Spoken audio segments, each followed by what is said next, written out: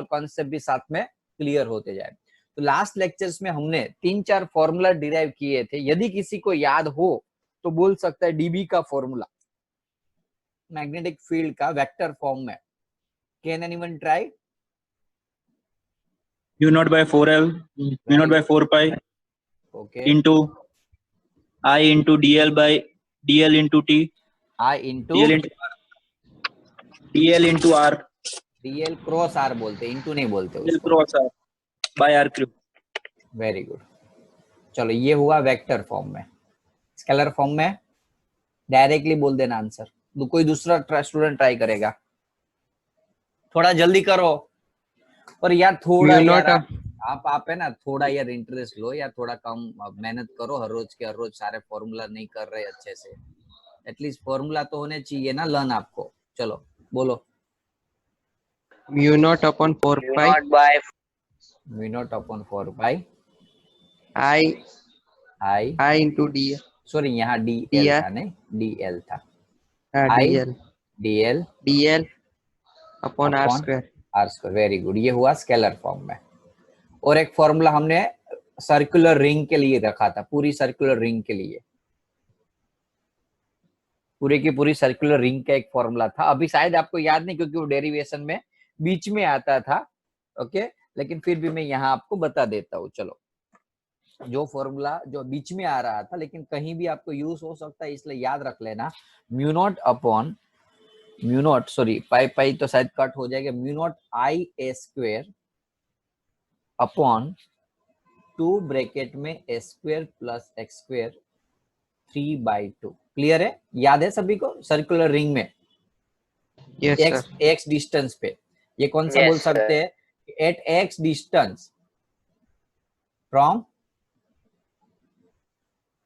Circular loop. अब यदि centre के लिए मैं बात करूं तो यही फॉर्मूला में x इज इक्वल टू 0 डाल दूंगा तो कुछ इस हिसाब से फॉर्मूला मिलेगा कि नहीं?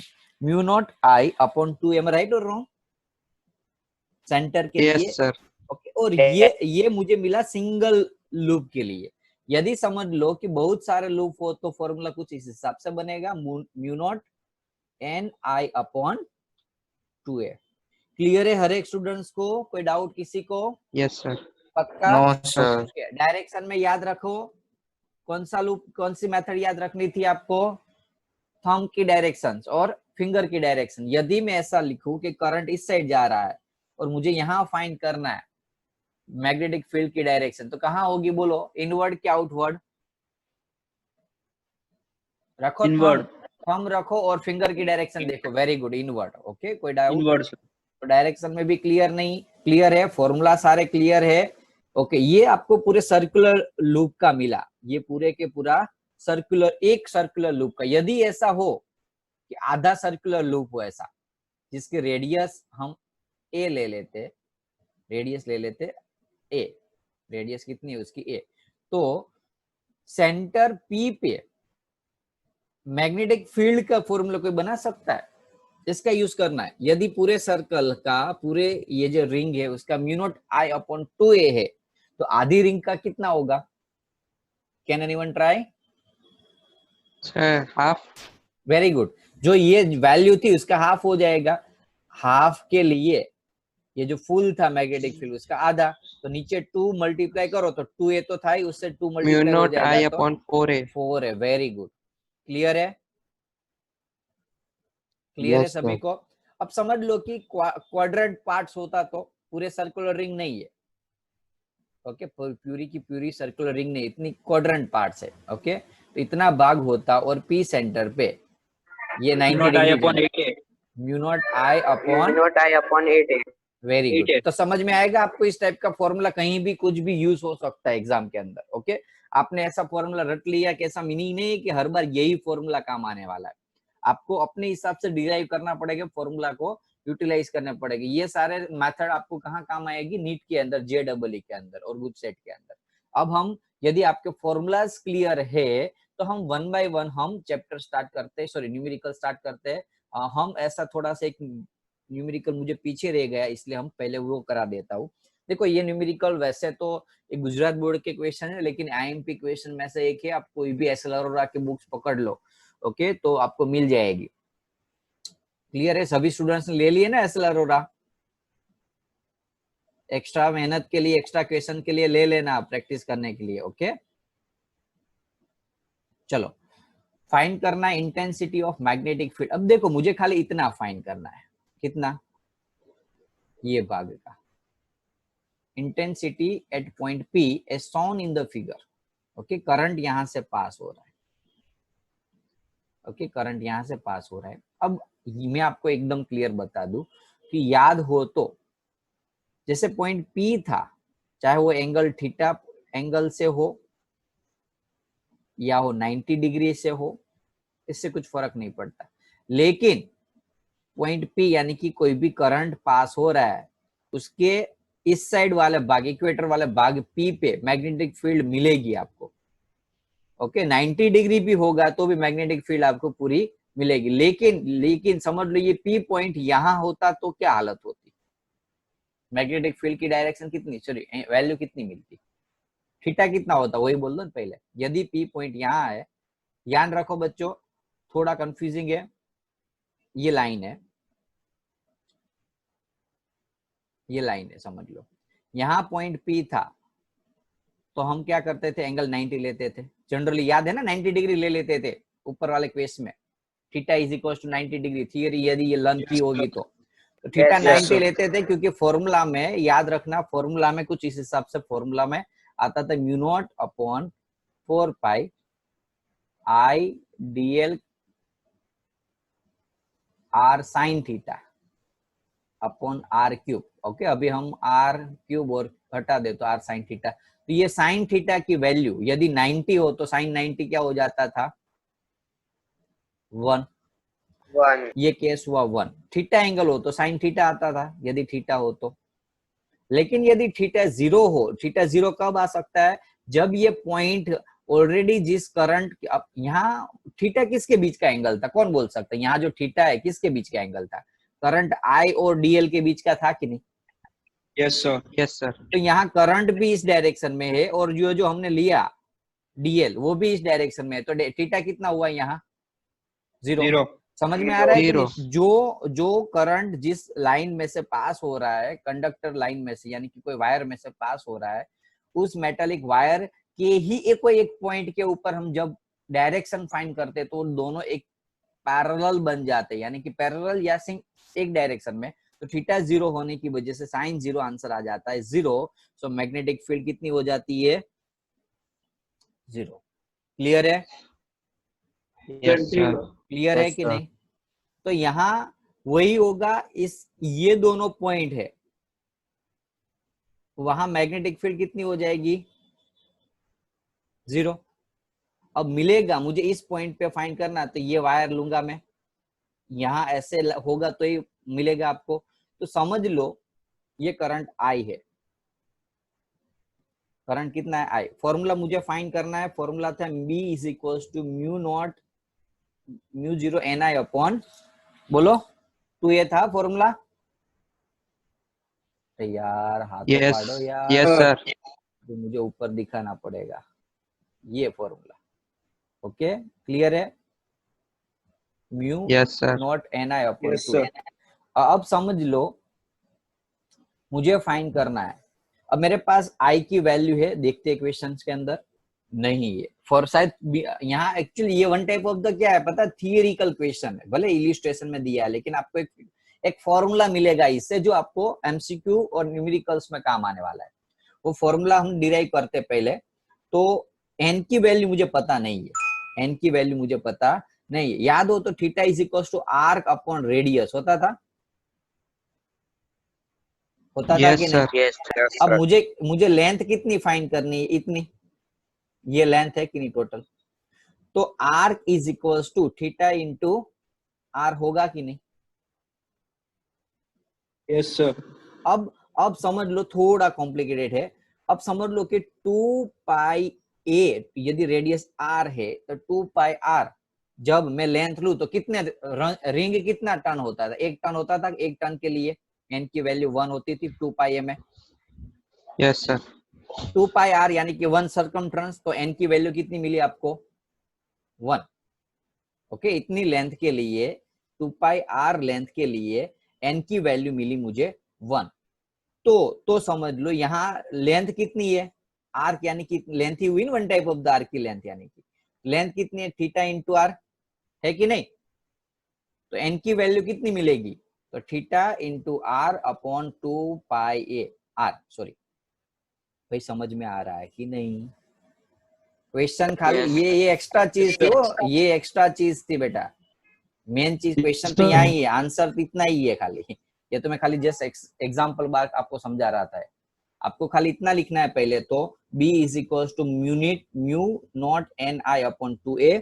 अब मेरे पास n की वैल्यू नहीं है, इसलिए मैं क्या करूंगा, ये फॉर्मूला के यूज करूंगा। Theta is equal to arc upon radius, तो arc is equal to theta into radius. Arc यानी कि one type of the length. तो यदि 2 पाई आर लेंथ है वायर की, तो 1 टर्न होता है, एन की वैल्यू 1 होती है। तो इतना वायर हो थीटा इंटू आर जितनी लेंथ का, तो कितनी टर्न होगी? तो इसके लिए एन का फॉर्मूला मैंने डाल दिया, तो एन की वैल्यू मुझे मिल गई कि नहीं? आर आर देखो कट हो रहा है, तो थीटा अपॉन 2 पाई। तो मैग्नेटिक फील्ड बी के फॉर्मूला में एन की जगह में थीटा अपॉन 2 पाई डाल दू, यदि नीचे 2a तो था ही, तो फॉर्मूला कुछ इस हिसाब से बनेगा, थीटा म्यू 0 थीटा आई अपॉन 4 पाई। यहाँ ए नहीं आएगा, सॉरी, हम रेडियस के लिए आर यूज करेंगे। पता चला कि नहीं? यहाँ आर रेडियस है ना, इसलिए ए का मीनिंग रेडियस ही था, फॉर्मूला में ए आता था, लेकिन हमने ए रेडियस लिया था, यहाँ आर रेडियस है, इसलिए हमने आर रेडियस लेंगे। तो यहाँ आर आएगा, सॉरी। तो चेक कर लो, तो बी का फॉर्मूला मिल गया आपको, थीटा एंगल, यानी कि कोई भी वायर का यदि एंगल दिया हुआ है और मुझे सेंटर में उसकी मैग्नेटिक फील्ड फाइंड करनी है, तो ये फॉर्मूला, एग्जाम में कहीं आपको ये फॉर्मूला डायरेक्टली देखने को मिलेगा, लेकिन मैंने आपको डिराइव करके बताया कि कैसे आ रहा है। समझ में आया कि नहीं? Yes sir. फिर से मैं रिपीट Yes, कर sir. रहा हूँ, फिर से रिपीट कर रहा हूँ, ध्यान दो। यहाँ कुछ भी नहीं था, कॉमन मैथ्स था यहाँ। एक मिनट, पहले मुझे formula mu not N I upon 2 R मेरे पास है वैल्यू, इसके अंदर रेडियस जो है ये मेन फॉर्मूला था। अब उसमें एन की वैल्यू, नंबर ऑफ टर्न पता नहीं था, तो वो मैंने फाइंड किया। नंबर ऑफ टर्न फाइंड करने में मेरे पास टोटल लेंथ थी 2 पाई आर, तो लेंथ एन की वैल्यू 1 है, तो थीटा इंटू आर, थीटा अब ये पता चला ना कैसा है, थीटा इंटू आर। लेंथ, ये लेंथ है, ये कितनी होगी? तो थीटा, यदि एंगल थीटा हो, रेडियस आर हो, तो थीटा इंटू आर होता है। तो एन की वैल्यू इसमें डाल दी, तो फॉर्मूला मिल गया। बोलो, कोई डाउट है किसी को इसमें? No, sir. पक्का ना? Yes, अच्छा sir. क्वेश्चन था। ओके, एग्जाम में ये फॉर्मूला रट लेना है, रट लेना यानी कि याद रख लेना है आपको। हम आगे बढ़ते हैं क्वेश्चंस के ऊपर। एक अच्छा और क्वेश्चन है, ये सारे अच्छे क्वेश्चंस है जो एग्जाम में आ सकते हैं। Electron is rotating in the circular orbit with radius 5.2। देखो फॉर्म, पहले तो मुझे क्या करना है, मैग्नेटिक फील्ड फाइंड करनी है एट द सेंटर। तो सेंटर के लिए मैग्नेटिक फील्ड का फॉर्मूला बोलो, चलो। Mu not N I upon 2a, am I right और wrong? Okay, Yes, sir. Radius हम आर ले, यहाँ इलेक्ट्रॉन जो है, इलेक्ट्रॉन ऐसे घूम रहा है, तो सर्कुलर रूप में एन की वैल्यू 1 होगी, तो हम यहाँ एन को हटा देते, mu 0 I upon 2 R formula लिखते हैं। क्लियर है? ओके, अब मेरे पास कौन से डेटा दिया वो चेक कर ले। तो मेरे पास आर दिया हुआ है 5.2 इंटू 10⁻11। मेरे पास लीनियर स्पीड दी है जो इलेक्ट्रॉन घूम रहा है उसकी। अब प्रॉब्लम ये है, आर तो चलो दिया हुआ है, लेकिन आई नहीं है मेरे पास। So we have to find out the I firstly. Okay, before put the value in the formula, क्या करेंगे हम, आई की वैल्यू निकालते हैं। वो थोड़ी कॉम्प्लिकेटेड है, आई की वैल्यू निकालना। कैसे निकालते हैं, तो यहाँ ध्यान दो। पहले देखो, आई यानी कि क्या फॉर्मूला था, क्यू बाई टी था। चार्ज कौन है, तो इलेक्ट्रॉन के लिए बात करें तो ई बाई टी। अब मेरे पास टी की वैल्यू नहीं है, तो यदि याद हो तो इलेक्ट्रॉन यदि आर रेडियस से सर्कुलर रूप में घूम रहा है, तो speed is equal to distance upon time में distance upon time, total distance cover करेगा 2 पाई आर जितना, वन सर्कमफ्रेंस। हम राइट और रॉन्ग? राइट और Yes, wrong? sir. Okay, Yes, आपको sir. v मिला है, v आपको दिया हुआ है, तो डिस्टेंस टोटल 2 पाई आर होगा। काफी सारे स्टूडेंट्स यदि इसको ये मेथड से नहीं समझ पाते तो मैं एक दूसरी भी मेथड बता देता हूँ आपको। यदि याद हो आपको तो f इज इक्वल्स टू, एक मिनट, f is equals to 2 pi by T, 2 pi R by T, ऐसा कुछ था फॉर्मूला, याद हो तो आपको? लेकिन वो थोड़ा टफ रहेगा, Yes, या sir. आप यही मेथड से जाते हैं, चलो इजी है, इसमें कुछ हार्ड एंड फास्ट नहीं पता चलेगा। तो v is equal to 2 pi R by T, तो t is equal to 2 pi R upon v। Okay, v is equal to 2 pi R upon v, हुआ कि नहीं? ओके, अब हम क्या करेंगे, i is equal to q by T, यानी कि e बाई टी के फॉर्मूला में वैल्यू डाल देते। तो i की वैल्यू पहले निकालने के लिए e अपॉन टी, टी की जगह मैं वैल्यू डाल देता हूँ 2 पाई r अपॉन v, v ऊपर चला जाएगा। ओके, अब ये i की वैल्यू मेन फॉर्मूला जो था मैग्नेटिक फील्ड का उसमें डाल देता हूँ, mu naught upon 2r into i की वैल्यू ev अपॉन 2 पाई r। अब देखो आपके पास सारी वैल्यू है कि नहीं? आपके पास सारी वैल्यू है, mu not 4 Yes, pi sir. Into 10 to -7, radius, अब देखो यहाँ 2 2 जा 4 हो जाएगा। पहले मैं एक काम करता हूँ, थोड़ा कॉम्प्लिकेटेड है तो उसको इजी कन्वर्ट कर देता हूँ, 4 पाई आर स्क्वायर, ये भी फॉर्मूला याद रख लेना। ओके, ये भी पूछ सकते एग्जाम में। तो म्यू नॉट की वैल्यू है 4 पाई इंटू 10 टू -7, ई की वैल्यू 1.6 10 टू -19, वी की value 2 into 10 to 6 upon 4 pi into R की वैल्यू है, काफी सारे नमूने होते हैं तो यहाँ पाई की वैल्यू डालने बैठते हैं। देखो कॉमन लॉजिक के नीचे 4 पाई है, ऑलरेडी खत्म होने वाला है, म्यू 0 अपॉन 4 पाई की वैल्यू ऑलरेडी आपको याद हो तो आगे मैंने बता दी थी 10 टू -7। ओके, तो Yes, sir. डायरेक्टली भी आप 4 पाई ना लिखो, डायरेक्टली लिख सकते हो, म्यू नॉट अपॉन 4 पाई की वैल्यू।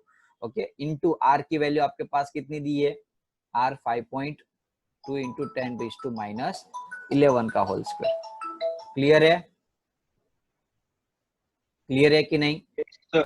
Yes, sir. तो बस फॉर्मूला में वैल्यू डाल दो, आपके पास आंसर आ जाएगा। ओके, बहुत इजी क्वेश्चन था।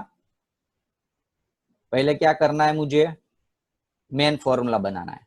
फॉर्मूला में क्या कम है मेरे पास, कौन सी वैल्यू नहीं है वो चेक करूंगा। तो मेरे पास आई नहीं है, तो आई का फॉर्मूला डाला, I is equal to Q by T.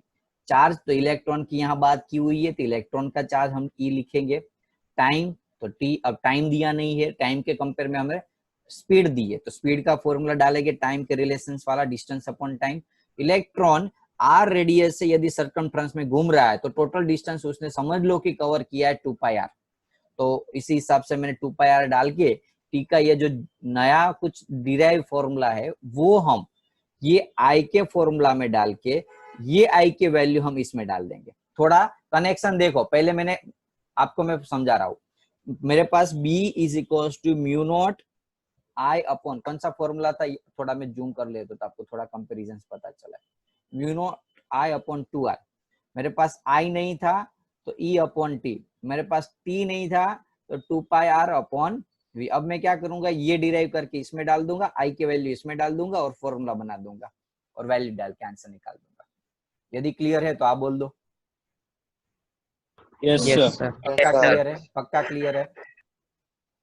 Yes. Okay, NCERT का क्वेश्चन है, बहुत इजी सारे क्वेश्चन दिए हुए हैं। ओके, खाली कौन सा फॉर्मूला याद रखना है, एलिमेंट से delta L delta X I cap. अब डेल्टा एक्स की वैल्यू आपको गिवन है 1 सेंटीमीटर, तो 10 to -2 metre into I cap. हम अभी डायरेक्शन में नहीं जाएंगे, डायरेक्शन मैंने ऑलरेडी आपको बहुत अच्छे से समझा दिया है डायरेक्शन के लिए, हम आई कैप बाई कैप के नहीं अंदर नहीं जाएंगे, डायरेक्टली यूज करेंगे कौन सा, फिंगर वाला रूल्स। ओके, करंट की वैल्यू आपको 10 एम्पियर दी हुई है, करंट की वैल्यू 10 एम्पियर दी है। तो मुझे फाइंड करना है what is the magnetic field on the Y axis. देखो यहाँ मैग्नेटिक फील्ड कौन से पॉइंट पे फाइंड करनी है, वाई एक्सिस यानी कि पी पॉइंट पे, कितने डिस्टेंस है, तो 0.5 सेंटीमीटर दूर। तो आर की वैल्यू, अदरवाइज आप काफी बार ए भी यूज कर सकते हैं, ए की वैल्यू आपको 0.5 मीटर दी है। अब बोलो चलो कौन सा फॉर्मूला मैं यहाँ डालू तो मेरे पास आंसर मिलेगा। यहाँ देखो डेल्टा एल है ना, इसलिए मुझे डी भी डालना पड़ेगा। ओके, बाद में फॉर्मूला में कुछ ज्यादा फर्क नहीं पड़ेगा, लेकिन ऐसे ही लिखना पड़ेगा। एम आई राइट और रॉन्ग? फॉर्मूला देखो सही है ये फॉर्मूला। काफी सारे स्टूडेंट साइन थीटा भूल जाते हैं। ओके, लेकिन आपको वेरीफाई करना पड़ेगा। यहाँ एंगल 90 है, ऐसे यहाँ दिया हुआ है वैसे तो। ओके, लेकिन फिर भी आपको लिखना पड़ेगा। चलो, म्यू नॉट अपॉन 4 पाई की वैल्यू 10⁻⁷ आई आपको दिया है 10 ampere. DL length, DL delta L कितनी दी है 10⁻²। साइन 90 यूज करेंगे क्योंकि इसकी डायरेक्शन और इसकी डायरेक्शन एक दूसरे से परपेंडिकुलर है। आर आपको दिया हुआ है, आर या ए दोनों एक ही है, डिस्टेंस 0.5 इंटू सॉरी हाँ, तो इसको सोल्व कर दो तो आपको डीबी की वैल्यू मिल जाएगी। ओके, क्लियर है? मैं आंसर नहीं डाल रहा हूं आपको, लेकिन आप अपने हिसाब से देख लेना। आपको ऐसा हो तो मैं फाइनल आंसर बता देता हूं। एक मिनट, पीडीएफ खुली है इसलिए बता देता हूं आपको। ओके, ये आ गया। यदि किसी ने की हो तो बोलो, अदरवाइज मैं तो बताने वाला हूं। 4 into 10⁻⁸ 4 into 10⁻⁻8। ओके, तो 4 into 10⁻⁻8 ये क्वेश्चन, सॉरी ये आपका आंसर है 4 into 10⁻⁸। क्लियर है? क्लियर है सभी को? Yes sir. Okay, yes sir. Yes, sir. Direction तो मैंने बताई, इसी मेथड से आपको डिराइव कर लेनी है। चलो 6 नंबर का। अब देखो पी सेंटर यहां है, तो मैंने क्या बता, जहां करंट जा रहा है वही डायरेक्शन में यदि पॉइंट होगा तो अब देखो यहां मुझे फाइंड करना है, क्या करना है फाइंड मुझे, magnetic field to the straight segment. Straight segment, इसको स्ट्रेट सेगमेंट बोलते हैं, ए एंड बी ये स्ट्रेट सेगमेंट है। बोलो तो यहाँ कितना मैग्नेटिक फील्ड होगा? कौन सा फॉर्मूला डालूं यहाँ? बोलो जल्दी। ये स्ट्रेट सेगमेंट, मुझे यहाँ पी पॉइंट पे मैग्नेटिक फील्ड फाइंड करनी है। ये एक ही लाइन के अंदर है, सेम लाइन के अंदर है। मैग्नेटिक फील्ड कितनी होगी? फॉर्मूला कौन सा डालो? 0. सिंपल चीज है, थीटा 0 है, सेम लाइन के अंदर। याद रखो जहां करंट पास हो रहा है वही पॉइंट के ऊपर, वही डायरेक्शन में यदि पॉइंट पे मैग्नेटिक फील्ड फाइंड करना है तो कुछ भी सोचना नहीं है, डायरेक्टली 0 डाल देना है। तो ये तो हो गए सारे, ये भाग और ये भाग बचा ये। तो इसके लिए मैंने फॉर्मूला तो ऑलरेडी आपको बता दिया था, मुनी upon 4 pi I DL upon are square. Clear है? देखो आपके पास सारी वैल्यू है। आर यस सर। दिया हुआ है 2 centimetre, current I 12 ampere, current I. अब देखो थोड़ा मुझे कंफ्यूजन है यहाँ, मैं इससे अलावा कोई दूसरा फॉर्मूला भी था मेरे पास, अभी मैंने अभी ही बताया था। हाँ वेरी गुड, आधा आधा सर्कल। तो म्यू नॉट आई अपॉन 4 ए भी डाल सकता हूँ, जैसे मैंने आगे बताया था, याद हो तो। यहाँ भूल से मैं ए लिख देता हूँ, लेकिन A is one type of the R. Okay, A और आर एक ही है। ए और आर क्या है? डिस्टेंस है, रेडियस नहीं है, ध्यान रखना। वैसे यहाँ के लिए तो रेडियस ही होगा, लेकिन फिर भी याद समझ ला। तो ये फॉर्मूला को हटा के मैं ये फॉर्मूला भी डाल सकता हूँ कि नहीं? डायरेक्टली डाल सकता हूँ कि नहीं? Yes sir. तो बस, तो आ गया आपका आंसर। तो फर्स्ट का आंसर, आप ए का आंसर 0 और ये आया आपका बी का आंसर। क्लियर? सी का आंसर पूछा Yes, sir. इसके लिए, सी का आंसर यानी कि ये, तो क्या होगा आंसर इसका भी? सेम ही होगा कि नहीं? सेम ही होगा सर, बी के जितना, लेकिन डायरेक्शन देखनी है आपको। वो चेंज होगा। ओके चलो, यहाँ मुझे फाइंड करना है पी पॉइंट। करंट इस साइड जा रहा है, तो फर्स्ट केस यानी कि बी नंबर में क्या आएगा डायरेक्शन? बोलो। राइट हैंड लेना है। Inward. Very good, Opposite. Inward. क्या आएगा आंसर? इनवर्ड।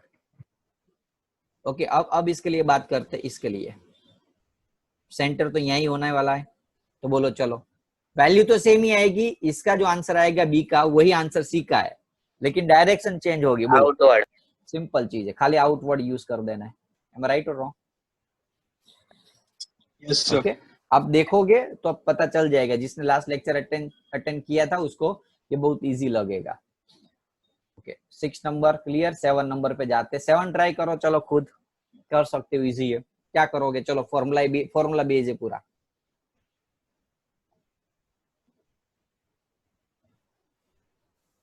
सेंटर पे पूछा है तो ये फॉर्मूला लगेगा। टर्न 100 दिया इसलिए एन लगाएंगे हम। रेडियस आर है 10, करंट आई है 1 एम्पियर। बोलो है आपके पास सारी वैल्यू। यहाँ रेडियस की जगह में ए लिखूंगा, ओके, या अदरवाइज इस फॉर्मूला में मुनी बाई 2r लिख लो, तो यहाँ आपको आर। डिपेंड्स ऑन कि आपको कौन सा अल्फाबेट याद रहने में इजी होता है। आर याद रहता है तो आप आर के फॉर्म में याद रखो फॉर्मूला, ए याद रहता है तो ए के फॉर्म में याद रखो, लेकिन आर थोड़ा ज्यादा इजी रहेगा आपको। बने कर लोगे ये सम? Yes, sir. Yes, sir. Yes, sir. चलो, तो न्यूमेरिकल्स में कोई डाउट है आज के? No, sir. No, पक्का इस टाइप के कोई भी सम कर लोगे? 10-12 सम में भेजूंगा लेक्चर खत्म करने के बाद, ऐसा हो तो। Okay, sir. चलेगा। ओके, एक याद आ गया मुझे, एक अलग टाइप का सम है। अभी मैं 1 मिनट हो, मैं पानी पी के समझाता हूँ।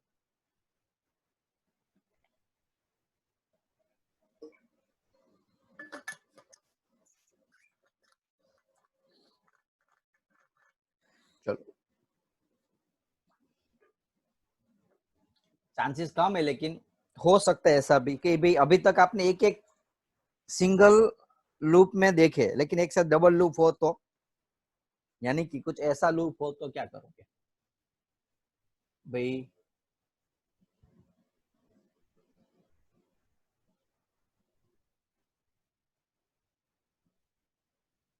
अब ये लूप के लिए रेडियस हम r1 ले लेते, इसके लिए हम r2 लेते। ओके, एक्सेलेरोग्राम में ये इक्वेशन है। Okay, r1 and r2। B का फॉर्मूला क्या था बोलो? बी का फॉर्मूला आधे सर्कल के लिए 4 है। म्यू नॉट आई अपॉन 4 ए। अब यदि हम b1 ले तो 4r1 लिखेंगे, हम राइट और रॉन्ग? और b2 ले तो हम लिखेंगे Yes, sir. 4r2। करंट तो सेम ही पास हो रहा है पूरे में, समझ लो।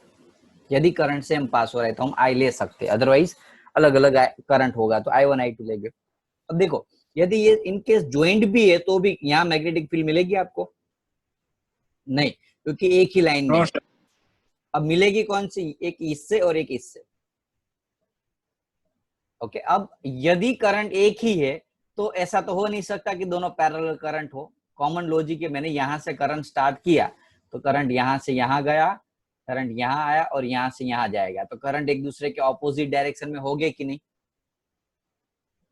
Yes, sir. यदि एक ही ऑब्जेक्ट है तो करंट एक ही पास हो रहा है आई, तो कॉमन लॉजिक है दोनों पैरेलल तो हो नहीं सकते। तो एक यहाँ से यदि जाएगा तो यहाँ से एंटर होने वाला है, तो ऑपोजिट ही होगा दोनों रिंग के अंदर। यदि ऑपोजिट है तो कोई एक प्लस हम और एक माइनस ले सकते हैं। अब कौन बोल सकता है कि कौन से पॉइंट, यानी हमें फाइंड करना है पी पॉइंट पे मैग्नेटिक फील्ड, और ये हमने B1 और B2 ली एट द पॉइंट P, तो कौन बोल पाएगा? समझ लो, किसी को हम प्लस ले सकते, किसी को माइनस ले सकते, वो तो कोई टेंशन लेने की बात नहीं। लेकिन B1 बड़ा होगा या B2, कौन बोल सकता है? So depends on the direction. B1. Not depends on the, not depends on the, I have asked about the magnitude better. Okay, we don't need the direction. B1. B1. B1, yes. क्यों? क्योंकि R1 ज्यादा है तो B1, sorry R1 कम है, radius कम है तो B1 क्या होगा? ज्यादा। ऐसे भी ना समझ लो तो कॉमन लॉजिक था, जैसे जैसे दूर जाते जाएंगे ऐसे ऐसे मैग्नेटिक फील्ड की इंटेंसिटी क्या होती जाएगी? कम होती जाएगी। तो हम P पॉइंट पे, ये R बाहर की रिंग R2 के लिए ये पॉइंट ज्यादा आगे है तो मैग्नेटिक फील्ड उसकी कम स्ट्रेंथ, यानी कि मुझे B1 minus B2 final magnetic field B at the point P is equal to B1 minus B2 mu not I और 4 कॉमन निकालो तो 1 upon R1 minus 1 upon R2। Got it? ऐसा exam में numerical पूछ सकते हैं। कोई डाउट नहीं है ना इसमें? No, doubt sir. पक्का ना? ओके, अब हम नेक्स्ट टॉपिक स्टार्ट करते हैं, ampere circuital law. Okay, ampere possible हो ना बेटा कि इसका स्क्रीनशॉट लेते रहना। ओके, जो भी मैं पढ़ा तो कोई एक स्टूडेंट स्क्रीनशॉट लेते रहना और ग्रुप के अंदर भेज देना। वैसे मैं पैम्पलेट तो बना ही दूंगा, लेकिन शायद अब क्या होगा कि आज में थोड़ा टाइम नहीं मिला है तो अभी बनाया नहीं है, तो टेम्पररी किसी को काम करना हो और लर्न करना हो तो इजी रहे। तो इसलिए मैं बाद में ऐसा हो तो स्क्रॉलिंग कर दूंगा, तो आप स्क्रीनशॉट ले लेना बाद में सम के। ओके, एम्पियर सर्किटल लॉ क्या है? इलेक्ट्रिक फील्ड के अंदर आपने गोस लॉ पढ़ा था, यदि याद हो तो। आई होप किसी को याद हो। किसी Yes, को sir. याद नहीं है? किसी का एक ही स्टूडेंट ने बोला yes. Yes, yes, sir. Yes, sir. तो हर एक स्टूडेंट्स को याद है क्या था? बोलो चलो, कौन बोल पाएगा? गोस लॉ मुझे बताओ चलो। Q by epsilon naught. Formula. हाँ, फॉर्मूला। और किसके लिए फाइंड करते थे, क्या होता था, ये सब कुछ जो भी आपके पास Flux equal to Q by epsilon naught. Okay, Yes, sir. दूसरा कुछ जानते हो तो? सर जो चार्ज गॉसियन सरफेस के अंदर आता है उसको ही कंसीडर करते हैं, उसके बाद चार्ज को कंसीडर नहीं करते। Okay, very good. दूसरा कुछ जानते हैं तो? सर इरेग्युलर शेप में फाइंड करना। ओके क्लोज सर्किट માટે જો ओके, तो सिंपल चीज थी, कॉमन लॉजिक था कि हम बेसिक हमारा अब क्या था कि काम कि हमें इलेक्ट्रिक फील्ड फाइंड करनी थी। इलेक्ट्रिक फील्ड का तो फॉर्मूला हम जानते थे। कौन सा था इलेक्ट्रिक फील्ड का फॉर्मूला? बोलो। KQ upon R square। Common logic. लेकिन ये किसके लिए था? याद हो तो ये सिंगल पॉइंट चार्ज के लिए था ना। लेकिन कोई ऐसे चार्ज हो, Yes। ऐसे चार्ज जो अलग अलग शेप के लिए हम कौन सा लॉ यूज करते थे? याद करो, circular ring, straight wire, sphere, conducting sphere, conducting shell, कौन सा लॉ हर एक केस में यूज करते थे? कॉमन लॉजिक लगा देते, E E dot into ds. ds is equals to sigma Q enclose charge और upon epsilon. Am I right और wrong? Yes, sir। Yes sir. तो बस ये एम्पियर्स लॉ भी ऐसा ही कुछ है। एम्पियर्स लॉ भी ऐसा कुछ है। क्या है, हम आगे बढ़ते, लेकिन जहां इलेक्ट्रिक फील्ड काम करेगी यहाँ मैग्नेटिक फील्ड काम करेगी, जहां एरिया काम करेगा यहाँ लेंथ काम करेगी, यहाँ एप्सिलॉन नॉट होगा तो यहाँ म्यू नॉट होगा, और यहाँ चार्ज है तो अब चार्ज के बारे में तो इस चैप्टर में हम बात ही करने वाले। किसके लिए बात करेंगे? करंट के लिए, तो यहाँ होगा करंट। तो बस इसमें फॉर्मूला को इंटरचेंज कर दो तो आपको कुछ एम्पियर सर्किटल लॉ मिल जाएगा। मींस व्हाट, हमारा मेन मोटिव ये होना चाहिए, we can find out the any type of magnetic field for the any type of the shape and sphere and shape and figures, right? कोई भी figure हो, कोई भी शेप हो, किसी भी टाइप का हो, यदि मुझे मैग्नेटिक फील्ड फाइंड करनी है और इजी मेथड से, तो we can use the ampere circuital law. This is called the ampere circuital law. क्या है वो हम आगे बढ़ते, लेकिन मेन मोटिव आपको पता होना चाहिए कहाँ काम आएगा। फर्स्ट सेकंड चैप्टर को आप जब आप 4 5 चैप्टर से कंपेयर करोगे तो 90% चीज कॉन्सेप्ट आपको क्लियर होते जाएंगे। मैं क्या कर रहा था, आप मानो या ना मानो, मैं बी फ्रैंक, में जनरली क्या होता है, जो भी होता है बी फ्रैंक, सच बता देता। ऐसा नहीं कि चलो मैं टीचर हूं तो अपने नेगेटिव पॉइंट को नहीं बताऊंगा, मैं हम पॉजिटिव बताऊंगा। मेरा नेगेटिव पॉइंट ये था, मुझे पीछे के चैप्टर है ना जो ये मैग्नेटिक फील्ड वाले, उसमें बहुत दिक्कत होती थी। बाद में हुआ ऐसा, पूरे साल तक रट्टा मार लिया, सब कुछ कर लिया, रिजल्ट भी ला लेता था, लेकिन प्रॉब्लम ये था कि हर बार ऐसा कुछ होता था जो जम रहा नहीं था। यानी कि जो मैग्नेटिक फील्ड में फील आती थी, करंट के अंदर, चार्ज के अंदर, फ्लक्स के अंदर, जो इलेक्ट्रिक फील्ड के अंदर, सॉरी, वो मैग्नेटिक फील्ड में नहीं आती थी फीलिंग। अब हुआ ऐसा, एक बार 10 दिन कंटिन्यूस इसके पीछे पड़ गया। हर एक थियरी को, मैग्नेटिक वाले थियरी, जैसे मैंने इस साइड कैसे लिखा गोस लॉ, इस साइड मैंने लिखा एम्पियर सर्किटल लॉ, इस साइड एक साइड मैंने लिखा, समझ लो कि वो कौन सा लॉ था फर्स्ट, कूलम्स लॉ। तो इस साइड लिखा मैंने, कौन सा टॉपिक आगे सीखे थे इस चैप्टर में, बोलो? Biot Savart law. तो ऐसे मैंने कंपेयर करते करते करते एक साथ 10 एक दिन जैसा कुछ हुआ होगा। और वो भी कैसी है कि दिवाली के बाद स्कूल गए नहीं थे, ओके, और ट्यूशन में सिलेबस ऑलमोस्ट खत्म होने वाला था, तो कुछ लोड नहीं था उस टाइम पे। तब 10 दिन अकेले मैंने यही कर लिया और ये 6 चैप्टर एकदम परफेक्टली कर लिए थे, यानी कि ऐसे आया था। अब समझ लो मैंने जो गलती की थी, मैंने जो टाइम वेस्ट किया एक एक चैप्टर, एक एक टॉपिक को रट्टा मार के लर्न करने में, वो आप ना वेस्ट करो। इसलिए मैं अभी से बोल रहा हूँ, हर एक थियरी को आप इलेक्ट्रिक फील्ड के साथ कंपेयर करोगे तो आपको उसका भी रिवीजन हो जाएगा और साथ में ये थियरी भी इजीली समझ में आ जाएगी, कॉन्सेप्ट क्लियर हो जाएगा, लर्न करने में इजी रहेगा। Are you getting what I am trying to say? Yes sir. Okay, तो इतना ट्राई करो, गारंटेड आपको मजा आएगा, सच में मजा आएगा, यदि आप सच में अच्छे से यदि समझ रहे हो तो। तो हम बात करेंगे एम्पियर सर्किट लॉ की। अब समझ लो यहाँ करंट आई मैंने फिगर बना ली है, गुजरात बोर्ड की फिगर डाली है क्योंकि एनसीईआरटी की फिगर बहुत खराब दी हुई है। ओके, और देखते हैं, कोई बात नहीं, जैसे एसएलआर में सभी बुक्स में यही है फिगर इस टाइप के। करंट पास हो रहा है I1 I2, कोई पॉइंट पे करंट एंटर हो रहा है तो कोई पॉइंट पे करंट बाहर जा रहा है। कोई करंट ऐसा है कि जो इस साइड भी है। अब मुझे कोई पॉइंट पे समझ लो कि एग्जांपल फॉर ये फिगर भी छोड़ दो, यदि आपको ऐसा ना समझता आप ऐसे भी कर सकते हो, सर लूप भी बना सकते हो। ओके, ऐसा कोई जरूरी नहीं है कि सर यानी कि रेक्टेंगल ही रखे। मुझे कोई एक पॉइंट पे, यहाँ पी पॉइंट पे मैग्नेटिक फील्ड फाइंड, गोस लूप लेते थे। सिमिलरली यहाँ अलग अलग पॉइंट पे करंट पास हो रहा है, समझ लो यहाँ I1 है, यहाँ I2 है, I3 है, I4 है, I5 है। ओके, अभी I10 तक नहीं जाना है हमें। ओके, इतनी हैसियत नहीं है, अभी I6 तक ही पहुंच पाए है, 7 तक। चलो, सो हम क्या करेंगे, मुझे यहाँ P पॉइंट पे फाइंड करना है। क्या इसमें और इसमें क्या डिफरेंट है वो मैं समझा रहा हूँ। मुझे P पॉइंट पे मैग्नेटिक फील्ड फाइंड करनी है, तो मैं यहाँ या तो रेक्टेंगल ले सकता हूँ, और इजीली मुझे तो यहाँ भले रेक्टेंगल दिया लेकिन सर्कुलर इजी रहता है, ऐसा लूप ले लिया।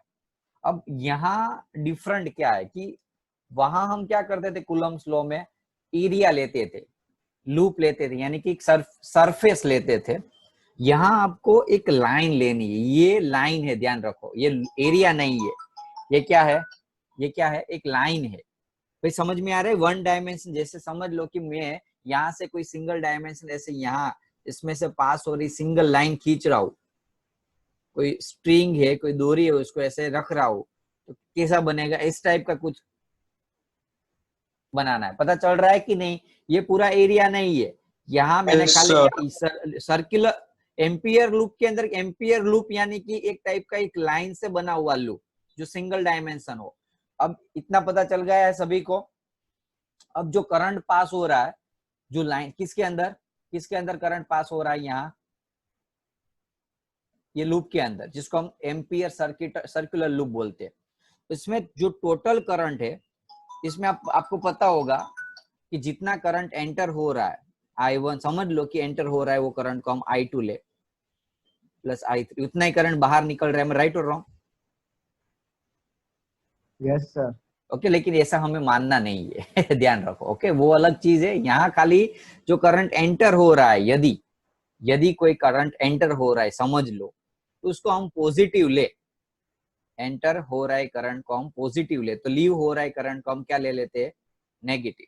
तो एंटर होने वाले कौन कौन से करंट है, देखो I2 और I3 है, तो इसको हम पॉजिटिव लिया, तो I1 नेगेटिव होगा, plus I2 positive, I3 positive और I4 नेगेटिव। ये होगा total current I। Got it? ऐसा जरूरी नहीं है कि जितना करंट एंटर होगा उतना करंट बाहर होगा, ये हमने टोटल लूप के लिए होता तो सही है, लेकिन हमने तो क्या हुआ, आधा लूप ही लिया हुआ है, हर एक करंट को कैलकुलेशन में नहीं लिया है, और ये एक लाइन है, कोई सरफेस नहीं है। तो यहाँ उसको हम सिग्मा आई बोलेंगे। क्या बोलेंगे उसको हम, सिग्मा आई। क्लियर है सभी को? yes sir. Yes, sir. तो अब हम क्या करेंगे, मैग्नेटिक फील्ड के लिए integration of magnetic field over the loop is equals to, यहाँ ध्यान रखना बच्चों कि मेन चीज क्या है कि जहां इलेक्ट्रिक फील्ड था, यहाँ क्या काम कर रहा है, मैग्नेटिक फील्ड। यहाँ क्या काम कर रहा है, मैग्नेटिक फील्ड। ये एरिया था, तो मैंने यहाँ क्या लिया, लेंथ। अब एप्सिलॉन नॉट इसकी जगह म्यू नॉट आएगा, और इनटू सिग्मा आई आएगा। यहाँ आई थिंक काफी बार स्टूडेंट्स आई भी लिख देते, लेकिन सिग्मा आई लिखो तो ज्यादा होगा, अच्छा रहेगा, क्योंकि जरूरी नहीं हर बार एक ही करंट होगा, 2-3 करंट हो तो आपको सिग्मा आई लिखना पड़ेगा। ये हुआ आपका एम्पियर सर्किट लॉ का फॉर्मूला। ओके, उसका स्टेटमेंट क्लियर है? उसको ऐसे कुछ लिखते हैं, इसको ऐसे कुछ बोलते हैं कि लाइन इंटीग्रल। देखो वर्ड मैंने यहाँ लिखे हुए, लाइन इंटीग्रल। लाइन इंटीग्रल पता चला ना, लेंथ हमने ली है। Okay, linear integral of a magnetic induction, या फिर मैग्नेटिक फील्ड भी यूज कर सकते हैं, over the close loop in the magnetic field is equals to product of the algebraic sum. Product of किसका प्रोडक्ट, तो algebraic sum of the total current enclosed by the loop and the magnetic permeability. Simple and short language में लिखना हो तो ऐसे भी लिख सकता हूं कि linear integral of magnetic field over the loop is equals to product of the permeability and total current. कोई डाउट किसी को? कोई डाउट है No, किसी sir. को? पक्का? Yes, sir. Yes, sir. पक्का कोई डाउट नहीं है? Okay No, good. sir. अब हम क्या करेंगे, देखो बच्चों, एक मिनट, अब हम थोड़ा सा उसको जज करेंगे कि याद हो तो ये मैग्नेटिक फील्ड और ये करंट है, कॉमन लॉजिक है इलेक्ट्रिक फील्ड के साथ, एरिया के साथ, चार्ज के साथ और परमिटिविटी के साथ। अभी ये तो हम निकाल देते। आपको याद हो तो सिग्मा क्यू में हम क्या लिखते थे, पता है आपको? ये कौन सा चार्ज था? Charge Enclosed by the Gaussian surface. by the loop. Very good. Charge enclosed by the Gaussian surface. तो सिमिलरली यहाँ पता चल गया, यहाँ करंट कौन सा होगा? enclosed by Ampere circuital. Ampere circulator loop. Clear है सभी को? और यहाँ इलेक्ट्रिक फील्ड किसकी जनरेट होती थी? यहाँ इलेक्ट्रिक फील्ड में हम क्या लिखते थे? With total electric field of a total charge. तो सिमिलरली यहाँ मैग्नेटिक फील्ड हम क्या लिखेंगे? Total magnetic field Of the system. Of the system. तो मीन्स व्हाट, जब मुझे बी की कैलकुलेशन करनी है तब मैं यहाँ करंट I5 और I6 को भी लूंगा, लेकिन यहाँ मुझे करंट के लिए बात करनी है जी, टोटल करंट डालना है, तो मुझे खाली यहाँ I1 से लेके I4 ही फाइंड करना पड़ेगा। Got it? समझ में Yes, आ रहा है sir. कि एकदम डीपली जा रहा हूं मैं? यहाँ बी की वैल्यू क्या है, आई की वैल्यू क्या है? बी यानी कि total field due to system of charge, और D I sigma I means वो total charge, sorry total current enclosed by the loop. Clear है circuital law? Yes, sir. Yes, sir. Doubt है? Main statement याद रखो, बस कुछ भी नहीं। स्टेटमेंट याद होगा ना, आपको फिगर थोड़ी सी याद रखो, उसके बारे में एक्सप्लेन कर दो। बाद में ये पॉजिटिव नेगेटिव चार्ज लेना है, उसके बारे में एक्सप्लेन कर दो। बाद में ये एक्सप्लेन करने के बाद फॉर्मूला है, उसको स्टेटमेंट में कन्वर्ट कर दो। स्टेटमेंट के बाद एल्जेब्रिकली मैथमेटिकली लिख दो, और उसमें ये बता दो कि भाई ये करंट किसके रिगार्डिंग है और ये करंट किसके रिगार्डिंग है। ओके, तो आपका पूरा का पूरा 3-4 मार्क्स का क्वेश्चन बन जाएगा, थियरी बन जाएगी। इस थियरी में यदि कोई डाउट ना हो तो यहाँ मैं लेक्चर्स खत्म कर रहा हूँ। होमवर्क के अंदर